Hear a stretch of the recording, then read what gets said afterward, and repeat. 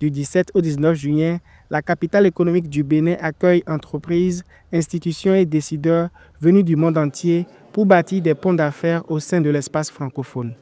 Une coopération qui allie langue, culture et stratégie. Ainsi, la dynamique prend de l'ampleur année après année. La 6e édition de la mission économique de la francophonie a réuni 322 entreprises, dont 122 venues de 29 pays et 200 béninoises. À leur côté, une cinquantaine de partenaires locaux et internationaux. Cette édition, organisée par l'Organisation internationale de la francophonie, en partenariat avec le gouvernement béninois, met l'accent sur 3 secteurs porteurs: l'agro-industrie, le numérique et les industries culturelles et créatives.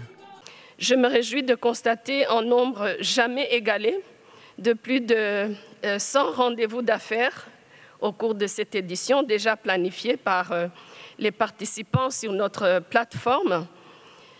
Dans les jours qui viennent, ces femmes et ces hommes feront des affaires en français. C'est vrai, on peut faire des affaires en français, dans les secteurs incontournables qui sont l'agro-industrie et la transformation numérique, surtout, et nous allons beaucoup parler des industries culturelles.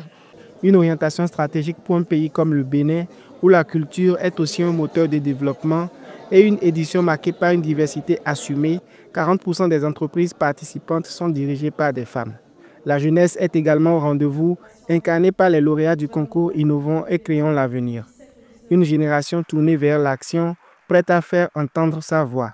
Le symbole fort, je pense, c'est effectivement cette participation massive des chefs d'entreprise femmes, parce que pour nous, au Bénin, c'est très important. Le rôle des femmes dans notre économie, le rôle des femmes dans les affaires est aussi emblématique dans la construction que nous faisons. Depuis son lancement en 2022, les missions économiques de la francophonie ont déjà mobilisé plus de 1700 entreprises et facilité 4000 rendez-vous d'affaires. Des échanges qui ont généré un chiffre d'affaires cumulé de 20 millions d'euros.